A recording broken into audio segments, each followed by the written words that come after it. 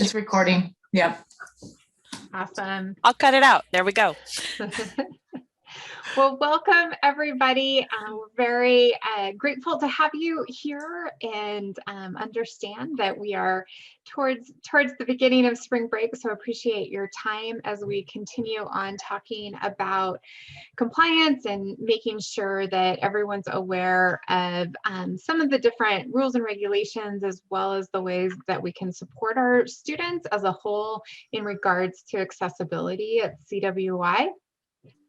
This presentation I'm super excited about because we've got pretty much all sorts of different members of CTL presenting, and so I just wanted to give a shout out to them and make sure that you knew some of the new team members that are going to be presenting. So you know Darren and Stacy, who have been here quite a while. Annette Grove joined us in November, and we're really excited to have her be able to present on this.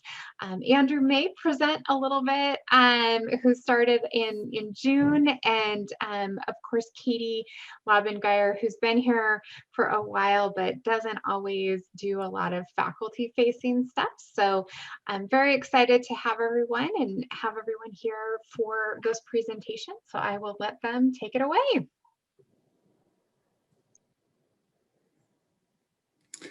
To start out, as a community college, we try to serve the needs of the local community here in Idaho. And within the state of Idaho, we know that over 23% of the population has some type of disability.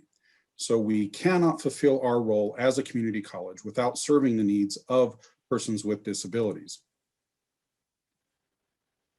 Within Idaho, we have a slightly higher than average percentage of people with deafness or a hearing impairment. And we have a slightly lower than average percentage in regards to many other functional disability types. But overall, Idaho is within about 2 points of the average US statistics. So the accessibility challenges that we face as a country will very much mirror the accessibility challenges we face within the state.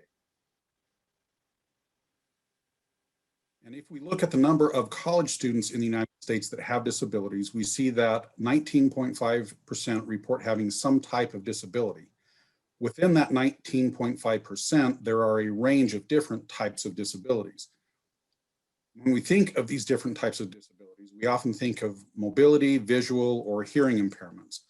But as you can see, the highest percentage of disabilities actually falls within the category of cognitive impairments, including attention disorder and mental illness or depression. In the United States, there are several laws in place that ensure that everyone with a disability will have the same opportunity to attend college as everyone else in the country. In Section 504 of the Rehabilitation Act of 1973, it states, "No otherwise qualified person with a disability in the United States shall solely by reason of disability be denied the benefits of, be excluded from participation in, or be subject to discrimination under any program or activity receiving federal financial assistance." And that includes us. Additionally, the Americans with Disabilities Act of 1990 ensures that students with disabilities remain free from discrimination and have equal opportunities in all areas of post-secondary education.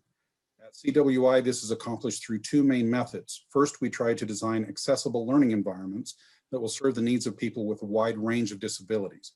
Second, if the learning environment still does not meet the needs of a student with a particular type of disability, we provide accommodations that allow that student to have the same level of access to the course content and the same level of participation in the learning activities. The Americans with Disabilities Act applies to persons of with many different types of disabilities. These include impairments related to seeing, hearing, speaking, walking, breathing, performing manual tasks, learning, caring for oneself, and working. Also, there are disabilities related to major bodily functions, including functions of the immune system, normal cell growth, bowel, bladder, and neurological or brain functions. In addition, the ADA covers any functions related to the respiratory, circulation, endocrine, and reproductive systems. Now, in order to make sure that we abide by federal and state laws regarding accessibility, the College of Western Idaho has several internal policies direct how we serve our students with disabilities. The first policy is CW000, respectful community. Within that policy, the definition of discrimination includes any adverse conduct against an individual that is based on a disability. This includes failing to provide reasonable accommodations to students with disabilities. More specific details of how we serve those students is laid out in policy CW040, ADA and reasonable accommodation. This policy ensures that students with disabilities will not be excluded from participation in or denied the benefits of the programs, activities, or services provided by CWI. This policy further states that CWI will provide reasonable modifications to its programs, activities, and services to allow students with disabilities to participate. There may be some situations in which modifications aren't possible because they would fundamentally alter the nature of the program or impose an undue burden on the college. However, the exceptions to this policy should be very rare, and even then, every effort should be made to help the student with a disability to experience as much of the program as possible.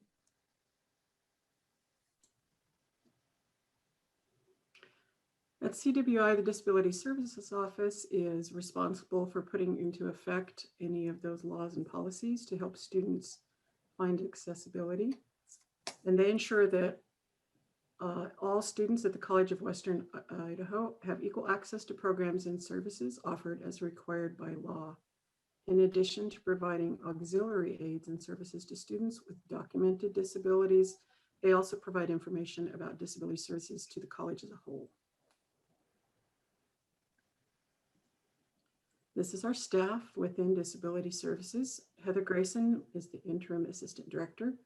Haley Edgington and Cheryl Rose are the coordinators. They are the individuals with which you will most likely work the most. Jeanette Lovell and Holly Higby are our sign language interpreters. So faculty know how to handle a student. If the student approaches you, the instructor, and requests accommodations, you should refer them to the Disability Services Office. You're not required to make any accommodations for students unless there is a notice on file and you've received a letter from Disability Services. And of course, you should never assume the student who's struggling in class has a disability and then approach them about that. There's a process that students must go through to receive accommodations. They start, of course, with the Disability Services Office to initiate the process of determining eligibility. This process considers both the feasibility of needed modifications or adjustments and the information that the student provides. Such information includes their detailed medical documentation from the appropriate medical individual and a description of the student's functional limitations. So it's like right in the district. The process goes something like this. The student requests the accommodation from the Disability Services Office. Then the student must provide all of the information to the office. Then the Disability Service Office reviews that information to determine what accommodations are needed. And then the Disability Service Office collaborates with faculty to implement those needed accommodations. The student's disabilities are never disclosed to faculty. In fact, it's illegal to demand or request any information from the student about their disabilities.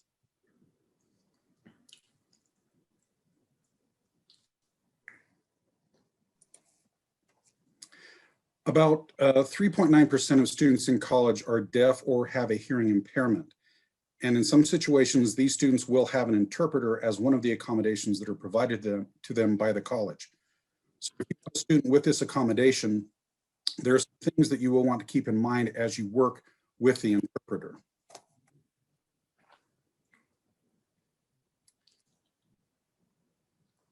Probably the most important thing is that you address the student, not the interpreter, when you are talking. You should keep your eyes on the student and not the interpreter, unless you're directly to the interpreter.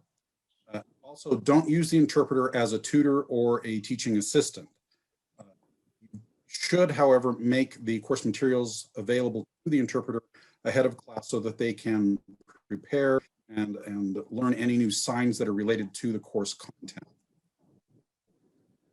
During the class, you need to make sure that the interpreter has a seat that they can sit in and face the student, but also that the student can see you easily. So you need to keep that line of sight open. Realize also that many of your students will look at the interpreter, not you. That's because interpreters will have more animated gestures and facial expressions than you do. That's just how sign language works. Don't take it personally, okay? Another hint here is don't talk and write on the board at the same time. Usually when faculty do that, they're facing the board as they talk. And the problem there is that it cuts down on your ability to be able to communicate with all of the students in your class. So it's a good idea to write on the board and then turn around and talk about what it is that you're writing on the board. This allows the student with disability to be able to get the information from the interpreter, but also be able to read the board and take notes from what you've written up there on the board. During the presentations, it's a good idea to build in time for the student to first watch the interpreter and get that information, and then also look at the screen. This also gives all of the other students in your class an opportunity to look at the screen and take notes. When you are engaging in discussion with the students, ask the students to raise their hands and wait to be recognized before they begin to speak. You should wait for the interpreter to finish interpreting your question so that the student has time to get that information, process it, and then raise their hand to participate if they want. Another good idea is to plan breaks. This can be just switching different activities so that you aren't lecturing the entire time. But if the class is long and there's only one interpreter, it really does help both the interpreter and the student if there's a break where they can kind of recharge their batteries and then come back to your lecture. Now, at times, persons with disabilities will be accompanied by a service animal on campus and in your classroom. And CWI policy CW040 outlines in detail how faculty interact with both the service animal and the service animal's handler. This policy states that service animals can pretty much go anywhere on campus except for places where there is a environmental or safety hazard. However, service animals can go into places where food is being prepared, even if there's an ordinance against it. So just be aware that service animals have special exemptions when it comes to certain types of laws.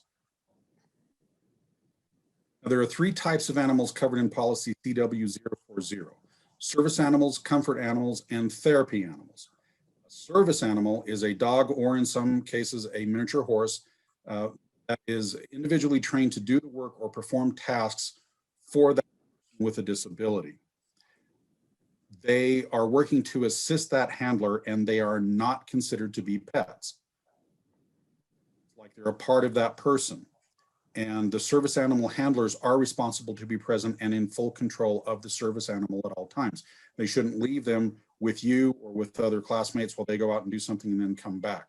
That animal should remain with the service, with that service animal handler all of the time. Now, comfort animals provide comfort, reassurance, social interaction, or other emotional benefits. They are not service animals. However, comfort animals can be part of a reasonable accommodation. Then they shouldn't be allowed. And if you have any questions about comfort animals, you should direct those questions to the Disability Services Office.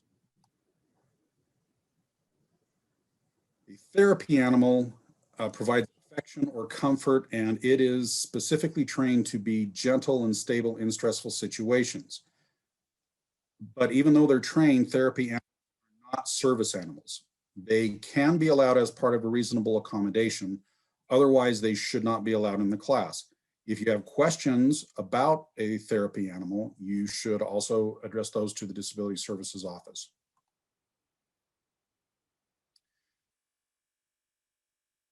So when it comes to having students show up with an animal in your class, if it isn't a part of a regular accommodation, if you haven't received an accommodation letter, there are 2 questions that you can ask about that animal, okay? And these are the only 2 that you can ask. This is it, by policy. The first question is the animal required because of the disability?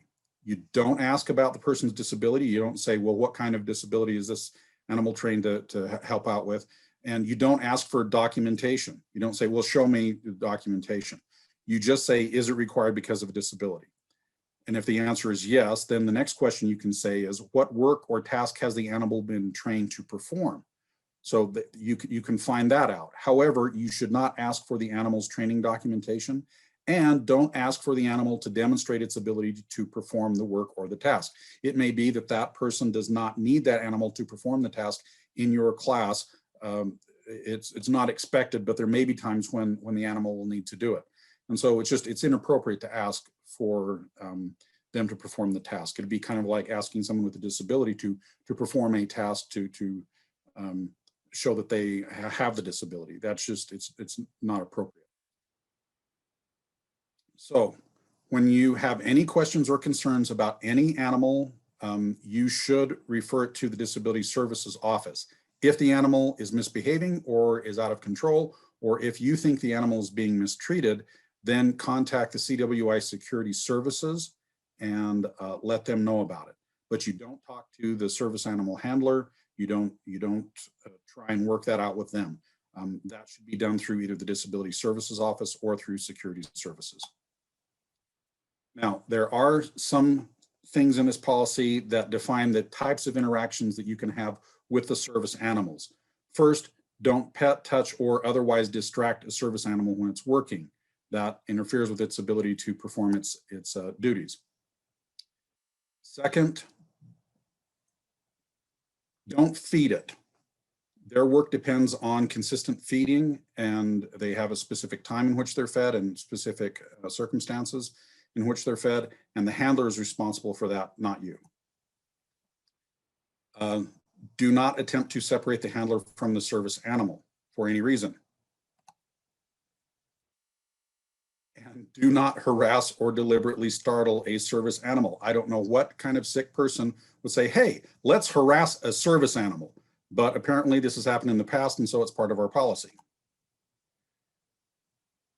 Also, don't approach the handler directly with questions or concerns related to that service animal's behavior. It should all go through Disability Services, or if it's an employee of the college, then through Human Resources.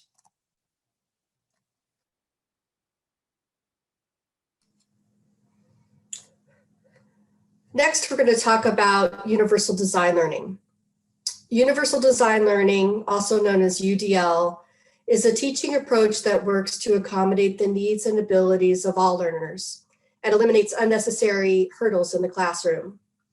Think of Universal Design Learning as a catch-all umbrella for course design, not only for accessibility or inclusion, but creating a flexible learning environment. This is where students engage in the learning in a variety of ways. Information is presented in multiple ways, and students are provided options for demonstrating their learning. In this slide, we're going to talk a little bit about this revolving door, this automatic door. Have you ever used an automatic revolving door? Think about what your thoughts are before you approach that door. And you're welcome to add your comments in the chat. Do you remember if there were any challenges before you approached the door? I know from experience that I am always trying to time my, luggage, yes. I'm always trying to time myself to make sure I can catch that revolving door and I'm not getting clipped by it. Think about if you did have luggage, for instance, you're wheeling in your backpack on wheels, or you've got luggage behind you and there's a person behind you waiting to get in. Think about all of that kind of stress. I know, but also think about this. Think about if you had 2 bags of groceries in your arms and you're trying to get through that revolving door. Or think about a person with disabilities and they're in a wheelchair. Think about the challenges they would have getting through that door. That might, obviously one size doesn't fit all here, and the same idea applies in the classroom. And while universal design for learning benefits students with challenging issues, it's also beneficial for the average student. So for example, for instance, captioning your videos not only assists persons with hearing impairment, it may be the best option for a mother working late at night on her homework to read the captions rather than listening to them to avoid waking up her children. On the next slide, we'll learn a little bit more about the research and history behind UDL. Okay, give me one moment. All right.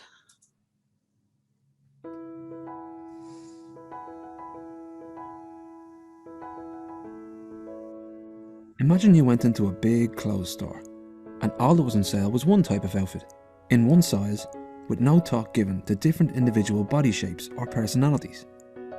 That would be crazy, right? Expecting everyone to be able to fit into the same size and express themselves in the same colour and style? Yet in many cases, that's exactly what is happening in our education system. When it comes to learning, variability is the rule, not the exception, and our college campuses are now grappling with the demands of an increasingly diverse cohort of learners, with increasing numbers of international students, students from different cultural and socio-economic backgrounds, mature students, and students with disabilities. Despite this, curriculums are still designed for the mythical average learner, and all are expected to engage and learn on the same terms.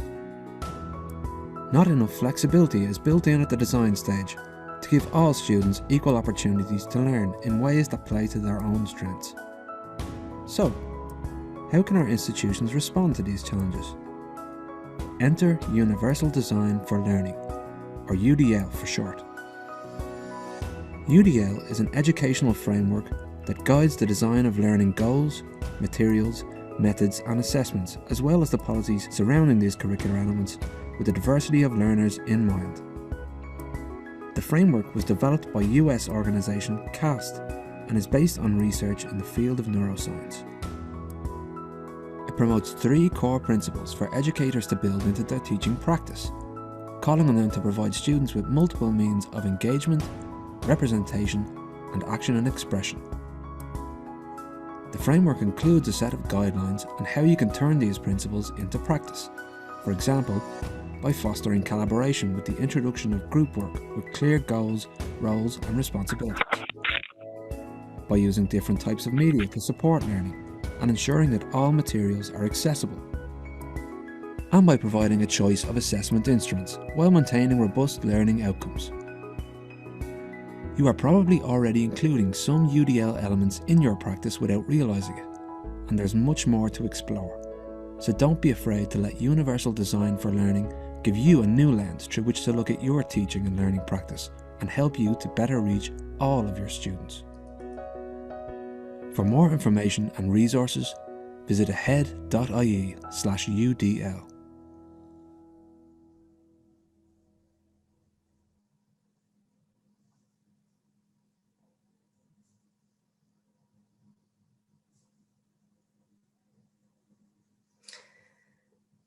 And this is a quick little image of all of the universal design guidelines for UDL.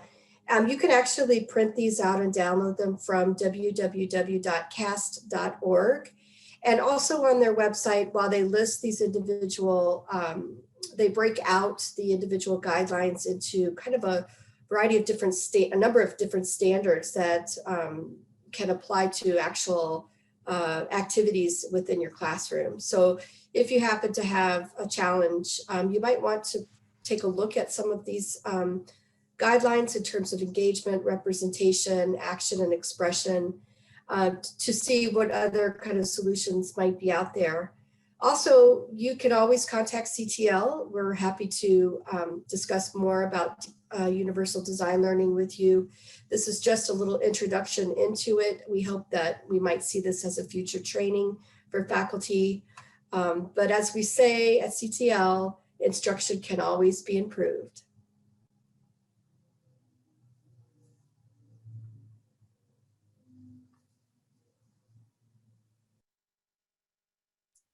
Okay, so just to let you know before I get started, I'm going to leave my video off because I am going to be doing some screen share. So wanted to put that out there for you. So obviously we're going to be talking about creating inclusive content for online accessibility. Now, some of the things that I'm going to talk about will also be useful for the face-to-face classroom, even though I'm talking about online content, especially when you consider any homework, for example, videos or printed materials that you might be sending out. So the first thing is just a little agenda here. We're going to talk about why the accessible content is so important beyond all of those regs that we all just went over.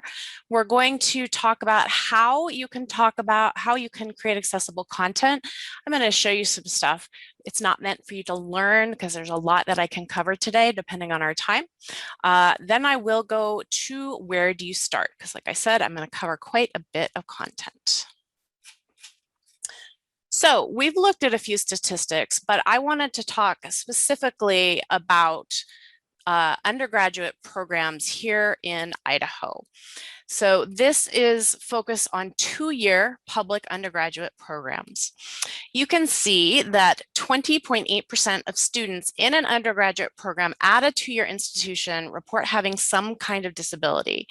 Now there's slight variations that you can see, whether it's no certificate, etc. However, what you want to take a look at is that these are disabilities often that we sort of think about. We sometimes miss those cognitive disabilities. They've been mentioned a couple of times. This list of that all-inclusive also includes people specifically with physical, mental, or emotional conditions that can cause serious difficulty concentrating, remembering, making decisions. So if you look back to that face-to-face classroom, it also includes students who have serious difficulty walking or climbing stairs. Students can have more than one disability. So that would also actually include as well someone who might have problems navigating a keyboard and maybe they're using a mouth device to navigate that keyboard. Now, while not a disability, color blindness also affects about 8% of males and 0.5% of women. So we're a little, I guess, luckier in that department. But note that these statistics are only for those that reported a disability. Depending on the data you read, information suggests anywhere from 1 to 2/3 of students with some kind of disability do not report their disability to their institution. Just let that sink in a little bit. Okay, so why? We are talking about real people. We've talked about students and students and students, and we all know this, students are people, but that's something that we just really can never forget. They're real people. People can't learn without access to materials and support that they need. What if you could easily turn a Word document into an audio file? Someone with a visual disability could listen to it. Stacy mentioned that. A busy person could listen to it while they work out, commute, clean house, and so on. You also have English language learners who can benefit from accessible content. Some understand English better through reading and some through listening. So making content accessible for someone with a disability makes it more accessible for others because it offers flexibility to meet different needs. And this is how accessibility fits right back into that universal design for learning that Stacy was talking about. Okay, so Ally is one of the tools that we're going to talk about, and we're still talking about why here. This is an example of where accessible content lets students choose what worked best for their needs. Okay, so Ally is a Blackboard tool that automatically converts certain files in Blackboard to alternative accessible formats. So files uploaded and linked in Blackboard courses have the Ally icon, that's right over here. And once you click that icon, it will show available formats over here on the right that are available for students. So you can read through those a little bit, but a tagged PDF means that assistive technology such as a screen reader can move through the content in the correct reading order, and an online student can tab through and find what they need quickly. That's how those screen readers tend to work. An HTML file or an EPUB file offers flexibility in any browser, mobile device, or an ebook reader, or most of them, because the person can control size, area of focus, and sometimes color depending on the device used. We sometimes, again, don't think about those people with cognitive disabilities. We think of visual and hearing impairments. Controlling size, areas of focus, and color can help a person understand a complicated page layout, and they can help them stay focused so they can read text. On here, there's also the Beeline reader, which you might not be as familiar with. When students download a file that has the Beeline reader, then they have about 5 choices for color effects for text, and that offers easier reading for those who are visually impaired or may have a cognitive disability. It can actually help them focus. So in your course, you can try these alternative formats. You will actually have this A icon next to any file that you have uploaded in your course. Okay, so again to Ally, the why. Here is the evidence. Ally is working at CWI because students are choosing alternative formats. On the left over here, you can see that over the past year, ending this February, students downloaded 19,841 files. Now in the spring semester so far, we have 22,531 files that were downloaded. And you can see from top to bottom the most. I would have kind of thought audio, but look at that EPUB right at the top, and then this switches. Now, when you look at the spring semester so far, consider that increase. CWI does have more fully or partially online courses this semester, so there is more content online. However, we are just only halfway through, so more students are choosing those alternative formats. So basically you have an equation where accessible content equals choice, shown by Ally, which fits into universal design for learning and gets us to inclusivity.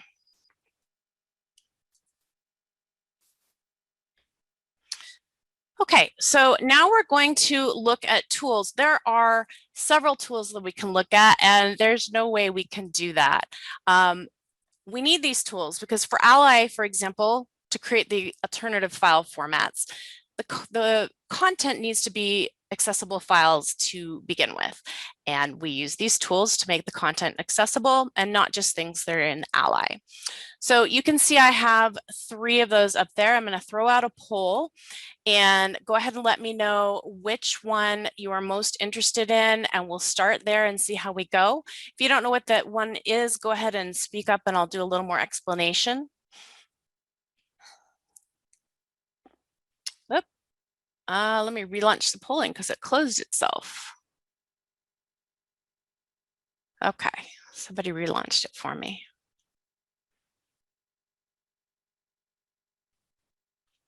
Got 5, 6, 7, 9 people voting. I'm not 100% sure how many people are here at the moment. Got about 20 more seconds. Nobody else is voting. So the request, Kathy says any, Gary says me too. We'll see how far we get. So we've got Blackboard text boxes, followed by Ally, followed by the Microsoft Office Accessibility Checker.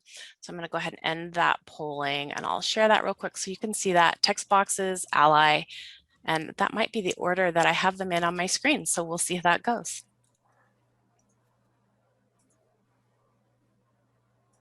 So just 1 second here.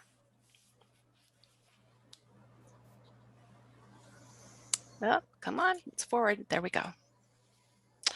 That's Ally. So bear with me 1 second while I get to the correct slide because you wanted Blackboard text boxes. Oh. There's a lot of slides. All right. There we go. Okay, so anytime you log into Blackboard and create a content item, anywhere there is that toolbar that you're used to seeing, I only have a small piece of it, you actually have an accessibility checker right there for you. Now, you can see there's that little icon. He looks like a little person there. And you're just going to want to click that. All right. And then what will happen is on the right, you can see there that an image will pop up. Okay. And on that image, you can see that for this little text box, it's kind of outlining some of the problems here. You can see there are actually 6 issues it's talking about. You can think about right now whether maybe you see those issues. In fact, let me pause really quickly besides the one that it's showing you. Anybody know in the chat? Or you can pop on your mic if you have guesses about those issues for accessibility.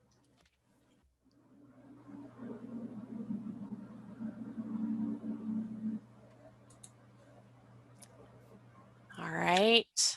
I'll just say that this is not designed for someone who's colorblind like me. Perfect. Thank you. I purposely chose a really horrible color. So that's what this issue actually means. So you've got issue 1 of 6, and you can go through the arrows over here, and you can, in this case, it doesn't say colorblind, but it says must have a contrast ratio of at least 4.5 to 1. So what that means is for certain size of text, it's at least 5 different kinds of color blindness. I feel like it's 7. It's not just that red green that we're used to. This green one is probably really hard for Gary to see. I'm a proto-anomalous trichromat, if that means anything to you. Not enough. I'd have to look that one up. There are lots of kinds. Yes. And that's important to recognize, right? So different people have trouble. Now, generally speaking, you want at least 12, if not 14-point font. And that number right there that you see, you want a 7. And you think, well, how do I know this? It looks okay to me. There are color contrast checkers, and we're going to give you some links at the end, a document that has some of that on there. The other thing is there's some information on the right of each of this little accessibility checker. And so it's going to tell you what's wrong and why it flagged the item. All right, so moving on to the next item. Let's go next, come on.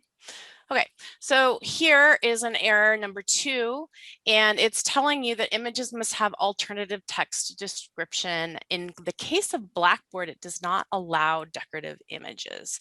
So let me talk briefly about decorative images. That's something where the person that's visually impaired, they don't really need to see the image to have an understanding or a relationship to the content. So for example, really easy version is that on your faculty page, if you post your good old mugshot there, your smiling self, you can mark that usually, not in Blackboard, as decorative, okay? It doesn't provide any extra information because the person can't see what you look like. But if you are in a history class, or in this case, maybe this would be biology, it might help you to read a little bit about the three-toed sloth and then have a little bit of a description of what that sloth is doing in the tree. Now, back to this accessibility checker, you see right there that you can add that alternative text and you can repair it. You just type in right there and then you click the repair button, and then it's going to advance for you to the next item. So we're going to look at one more. Okay, so this one is about a paragraph heading. It's telling you, this is the 3rd issue, and it's telling you that the paragraph looks like a heading, okay? Now this one, you've got a drop down and you can choose your heading size and it'll change just that one. So if we kept going through these images, it would probably show you what was wrong. So actually, I'm gonna go ahead and do a screen share and show you this live. I might go through it a little faster, but I wanted to have you to have a basic understanding. Okay, and I need to close my chat so I can see everything. Do a little reorganization. Okay, so this is my lovely three-toed sloth. And, oh, 1 second. Sorry, 1 second. Mouse. Okay, this is my three-toed sloth, and I'm going to go into edit mode. Okay. And we're going to scroll down. So here's my little accessibility icon. 1 of 6 errors. Contrast ratio. I can't repair that right here, so I would have to stop and I might go use an accessibility checker, but I'm going to try a darker color, like maybe this dark purple. Okay, and I'm going to leave that font size, and then I'm going to open the checker again to that alternative text. So this is a three-toed, so on, so on, so on. I'm not going to, and I've got a spell error, but anyway, you would repair. It's moved to another issue. Contrast ratio. So we're down here, and I had changed that to pink from my image, but in my mind, this is a secondary heading. So I'm going to go ahead and fix that. And we used purple. To be honest, this green might not actually be dark enough, or dark turquoise. We'll do this blue here. Bring up our little guy again. And now it's looking at this next item. And so really what you would probably do is just do that and do that. Okay, so let's check it again. All right, it isn't catching those headers, but again, as I go through all this whole presentation, that's something to think about, because when a screen reader reads through this page in Blackboard, those headings will help. And so you would simply highlight, and it's going to change the size. You can see that's a bit large, but it's not the end of the world. And then you could change these from a paragraph to a subheading. And so when a screen reader reads through that, it will actually say heading 1, paragraph 1, and then read the paragraph. And then it'll say heading, subheading 2, heading 2, read the paragraph, heading 2, and so on. So we'll change that. Okay, so that is the checker. We'll submit this. Maybe. There we go.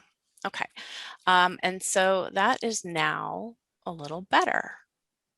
I think I have an example at the bottom. There's one other thing I changed. I'll point out really quickly, because then we'll move on to, I think you guys, oh, my memory's bad. I think it was Ally that you were next interested in.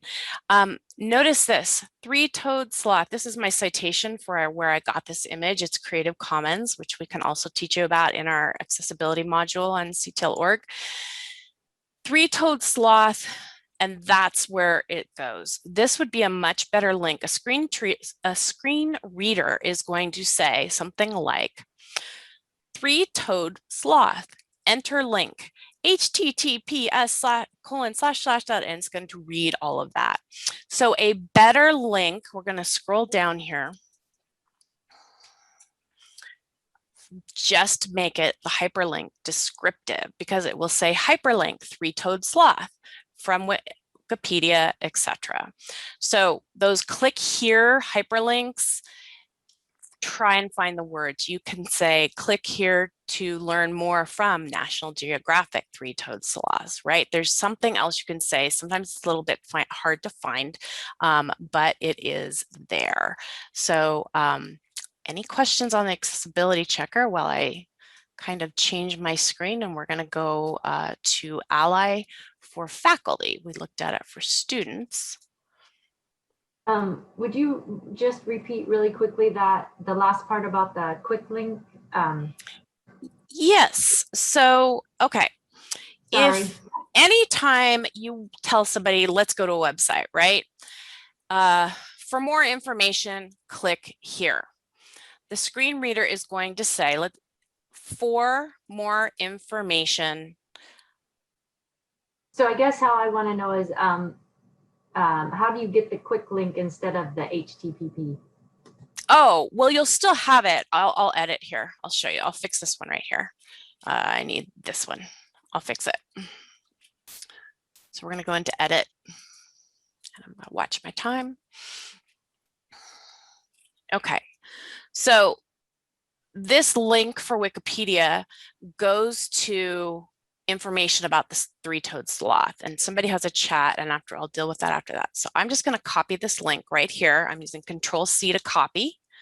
Okay, and then I'm going to delete that out. Okay. Laura just said she's happy that she knows about this tool. It's very helpful. Great, thank you. And then I'm going to highlight three-toed sloths, and then up here, so I've gotten the link either from here or I got it off the Wikipedia URL out of the address bar. And I'm just going to click in there and paste it in there. This is the text that's going to display, which is what I just highlighted. But if I decided I wanted to get rid of the dash, or I saw a spelling error, titles don't hurt either. They often pop up when you mouse over a link, so you can just copy that. It's still very descriptive.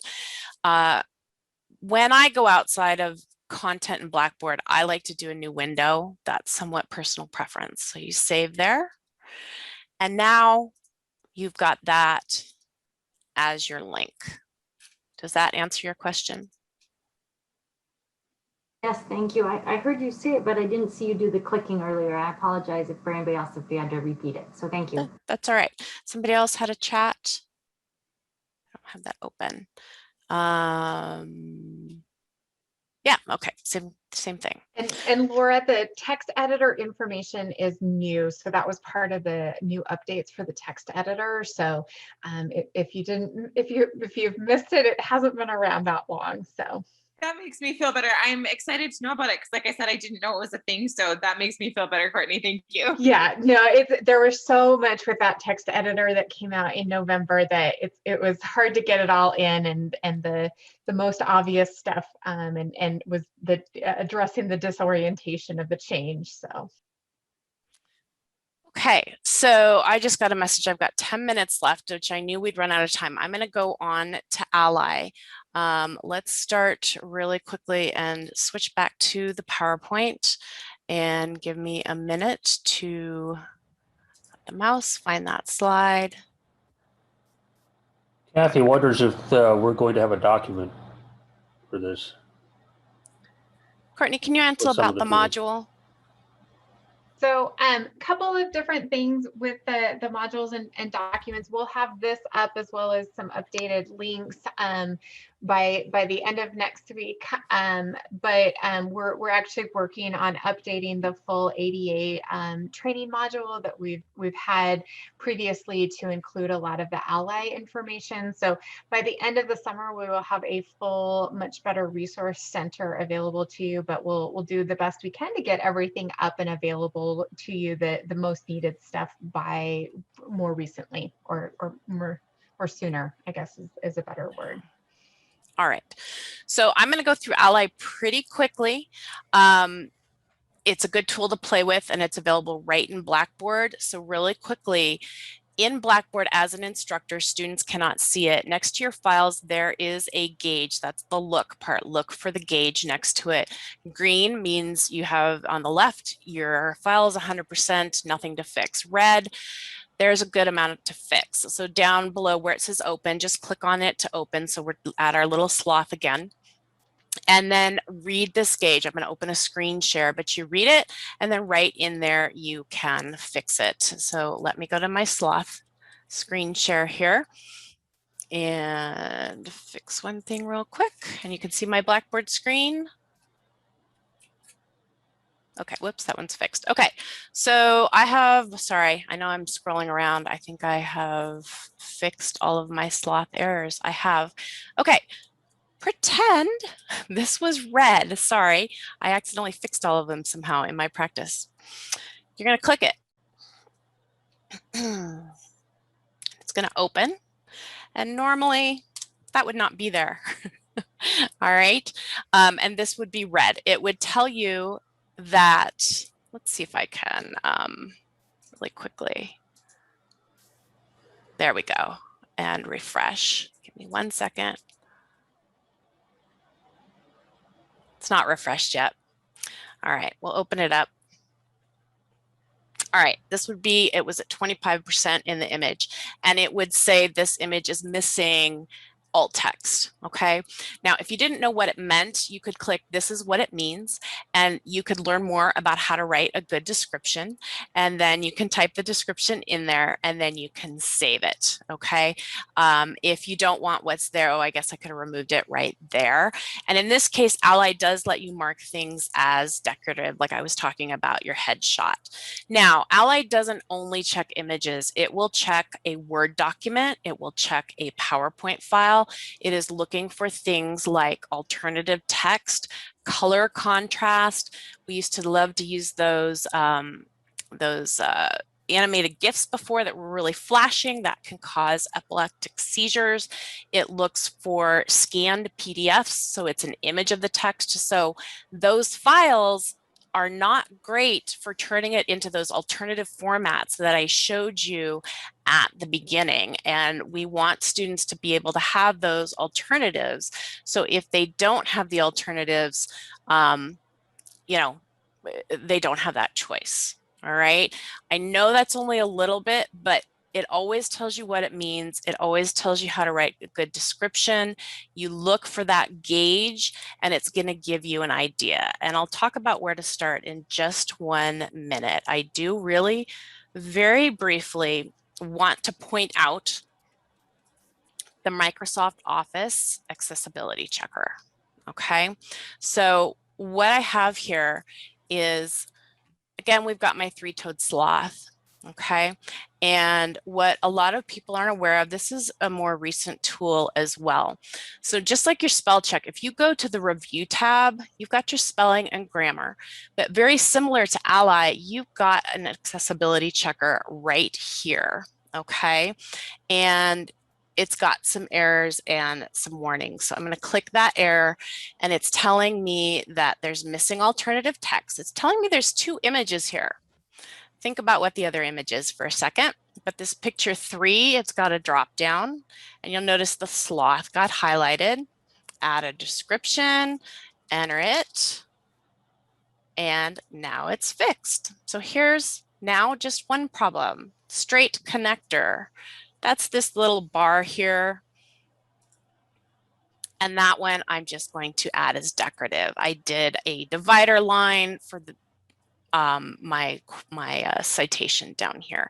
You can see now the next one.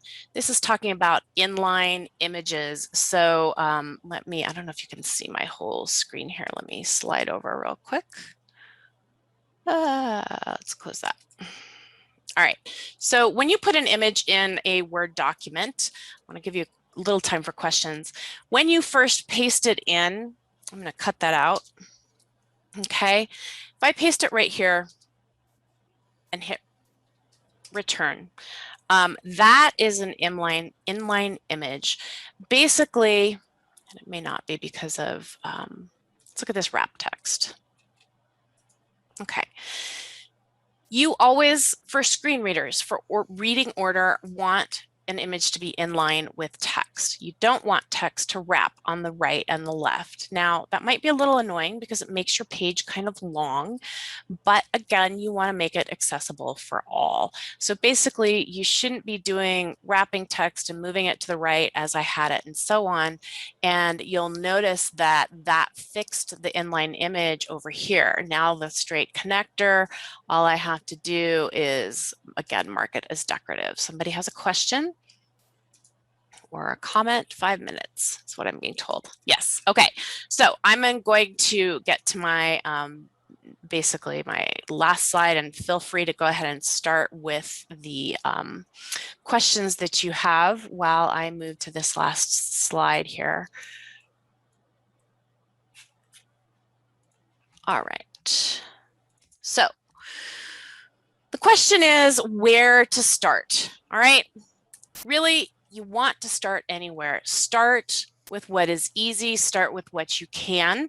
And just get started. Let me pause on that for a minute. We told you we were going to give you some links. Andrew's going to post some various links to resources. Some of them are to our job aids. Some of them are to how to use that Microsoft Accessibility Checker. He's going to go ahead and post those in because I haven't had a moment to talk about them. I can talk about them after if you want me to, if you have time to stay. But the important part here, whoops, is that you really do want to get started.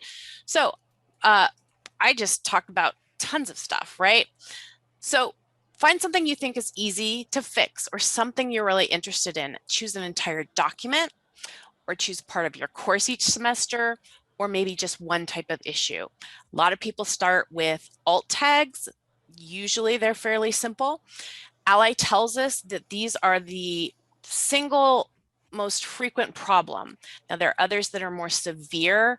Alt text is considered medium. Severe would be like a scanned PDF, so it can't read it at all. It's text on an image. But if you fix 10, 20, 30 alt texts, it could be a lot, and weigh it against one scanned PDF, you are making those improvements, okay? So the key is to go at your own speed. We've got our slow but steady turtle on the screen there. You've got our really quick rabbit. Got a baby who might be a little crazy and crawl like a little fiend or be kind of slow depending on their mood. And we've got a woman who I kind of like to think of as representing our faculty, and she's striding out with confidence that she can do this. The point is, they are all taking the first step right across that starting line to help people and create inclusivity, and you'll get a feel-good boost too. So that wraps it up. I didn't leave much time for questions, but we are definitely open to that. I can talk about the resources, and if you want to copy and paste those in, go ahead and do that. Gary wants to know. Thank you. Gary wants to know, is there going to be PDFs containing math generated with, I don't know how we say it, LATEX, which is it's actually LaTeX. It is LaTeX, okay. Yeah, with the capitals and lowercase. Industry standard, but I don't know if it's accessible. I believe that some of it is accessible. And that is something that has been on my mind. There's a lot to talk about accessibility. Obviously, math courses are very difficult in that area. And it's something we'll need to look at moving forward. And I will write myself a little note, at least that you have that question, and I can at least email that out to you. And Andrew's put in some accessibility resources. Any other questions? This has nothing to do with text, but could you talk like for 1 minute about videos that we post? Yeah, in fact, that's a link that Andrew has that he can send out. And I'm going to go back a slide here too. Here's some other stuff. That looks great. Thanks, Andrew. Yeah, so in the job aid area in CTL.org, there is a section about YouTube. It goes right to the YouTube help pages, but they're fairly straightforward. How to create the account, how to upload. YouTube does now automatically caption unless it just really can't because it can't understand what's going on. But you should always edit those captions, and we have a link to that page as well. If you've ever listened to those captions, sometimes they can be quite off. So if anybody, we're right at time. So if you need to leave, feel free. But if you've got more questions, then go with that. That job aid for Ally, it's got the very basic steps at the top. That document also has, if you want to open that and bookmark it, it has that color checker. That could be one really easy place, especially if you like colors and playing with colors. That one is a really nice one, and it actually has some links to help with that, those Microsoft Office documents, which include, it definitely checks Word, PowerPoint, and Excel. There may be one or two other things that it also works on. And on the screen now, you're seeing all different kinds of things you can think about and learn about fixing, because we didn't talk about them all. We just talked about captions. We did talk about headings and styles. Well, styles are within that Word document. It's an easy way to create headings. And it'll make you, if you have lots of formatting going on in a document, but you use certain headings over and over, it's really cool to learn styles. You'll speed up. Tables need to be really simple. Columns aren't the best for screen readers. I talked about that, image alignment and wrapping text. Reading order, that has to do with headings and using numbered bullets and bullets in general. Color contrast, scan documents, I talked about those. Font, there are 3 fonts. In general, sans serif fonts, meaning Arial, it's sans serif versus something like Times New Roman is serif. It can be a little harder to read those serif fonts. The best ones, there is actually one for dyslexia, which I don't think we have preloaded in Word, but there are fonts that are good to use. Calibri, Arial, Tahoma. Those are generally the best ones considered by the Web Accessibility Guidelines.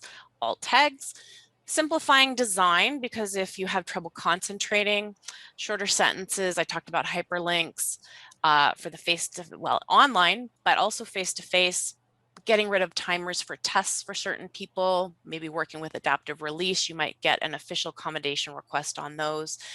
And when you do all these things, documents for print, that's going to improve those. So Gary said the link to Blackboard doesn't look familiar. Oh, so those links to Blackboard, they're coming from Blackboard, so you need to be logged into Blackboard real quick, and then that link should work for you. And we can send out, I will have Courtney or I will, I believe, have a list of who attended, and I can try and send out those links that way. So I'm going to go to our last page here.